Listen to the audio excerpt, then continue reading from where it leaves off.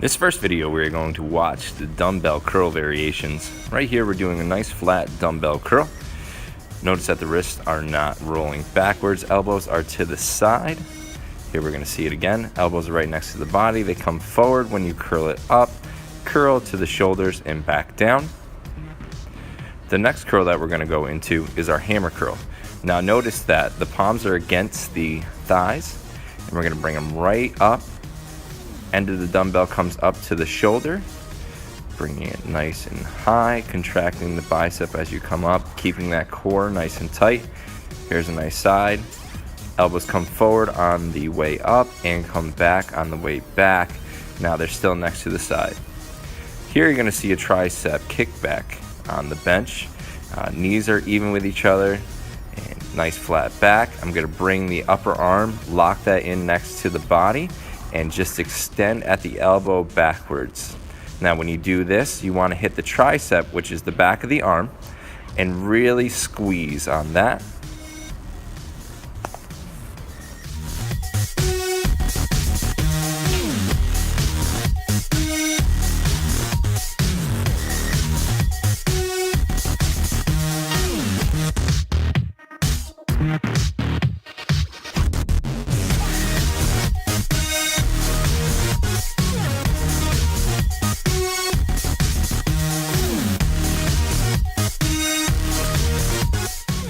We have our wrist roller segment. You're going to see that the forearm is supported on top of the leg with the wrist right over the kneecap, so we can let that weight roll down on our fingertips, controlling it nicely on the way down and bringing it right back up. This is going to help strengthen our grip on the bars.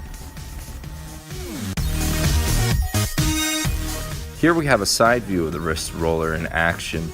See that the forearm is supported by the upper leg.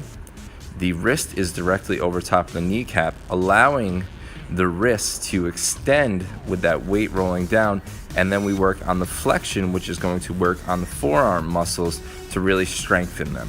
Now you're going to see that I switched the position of the forearm, flipping it over, and now we are working on the extension of the wrist here.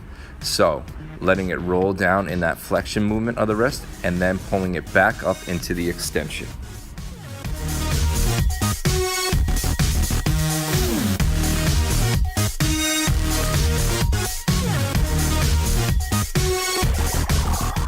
Here we have our dumbbell chest press movement. You'll see that my feet are evenly spaced at the end of the bench. Head is at the end of the bench as well. Elbows come down directly with the weight down to the ground. Forearms and wrists are in line with those elbows. Core is nice and tight. I'm breathing in on the way down and out on the way up.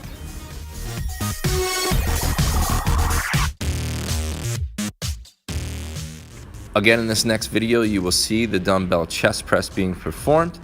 The wrists are in line with the elbows and forearms coming down directly. Now, the arms are going to come into the body at an angle, not directly out to the sides on the downward movement here. This helps with stability in the shoulders themselves. You are also going to see that my wrists are not in extension. They are pretty straight here. Imagine that you're going to be punching a punching bag. If your wrists were back into an extension, you would probably break them.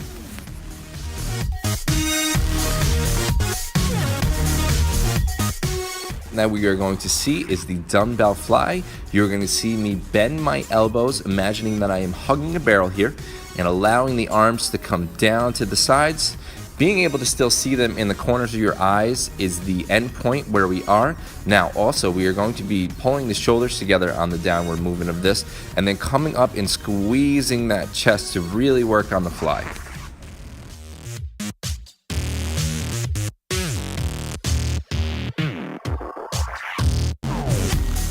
Here we have the push-up. But you're going to see that I'm going to place my hands directly below the shoulders or slightly outside to give us our starting point. Back is nice and flat. We are here, tighten the core, squeezing the glutes as well, lowering the self to about 2 inches above the floor. This will give us a 90-degree or flattening of the upper arm, as you can see. Now what we are going to do is we're going to go into the modified push-up if you find that regular push-ups are hard. So Legs are crossed in the back, knees are down, hips are also pushed forward so we're nice and flat from the shoulders to the knees, and still lowering ourselves so we get flat arms in the back and about 2 inches above the ground.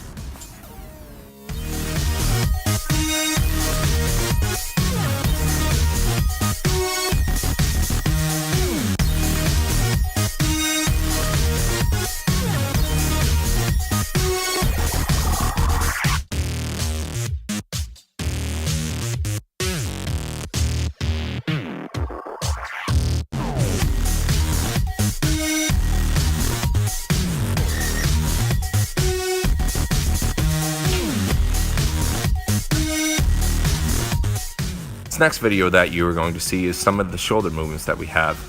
Our first movement is going to be the lateral dumbbell raise. Now you will see that I've pulled my shoulders down and back here. Both ways you can see it. So we're down and back like we're putting our shoulders into our back pockets.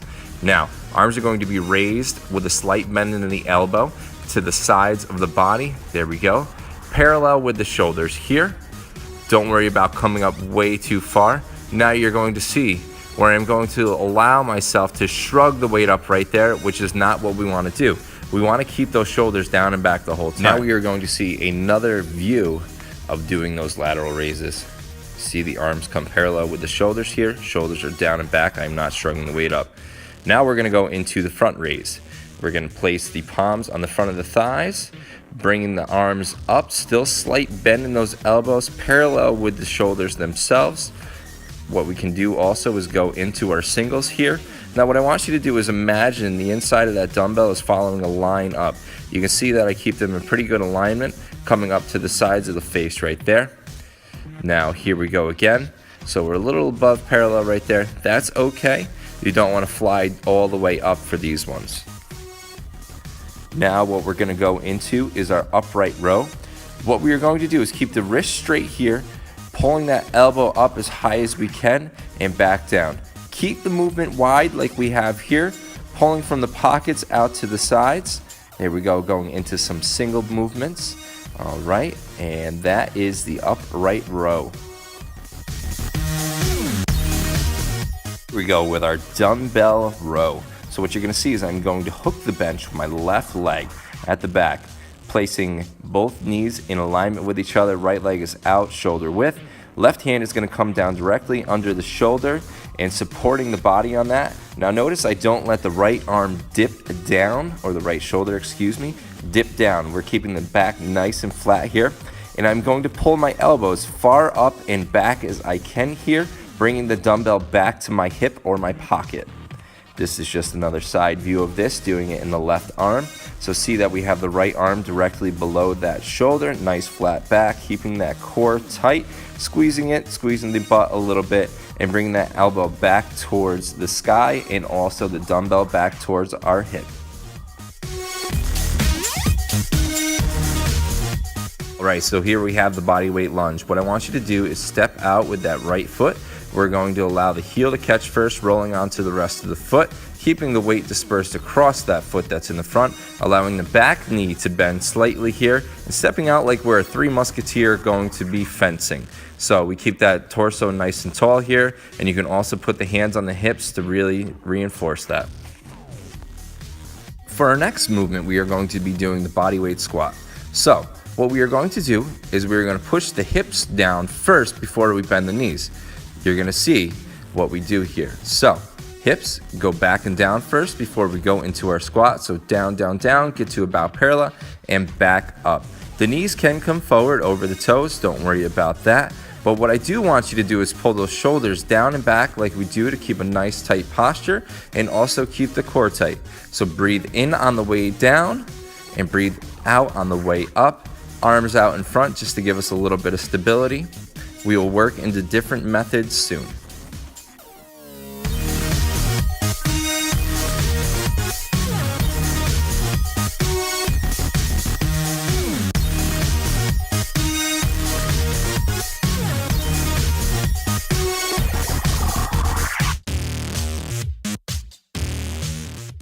And here we have our bench squat. So what we are going to do, same as the body squat, push those hips down and back before bending the knees, tap the top of the bench, and come right back up.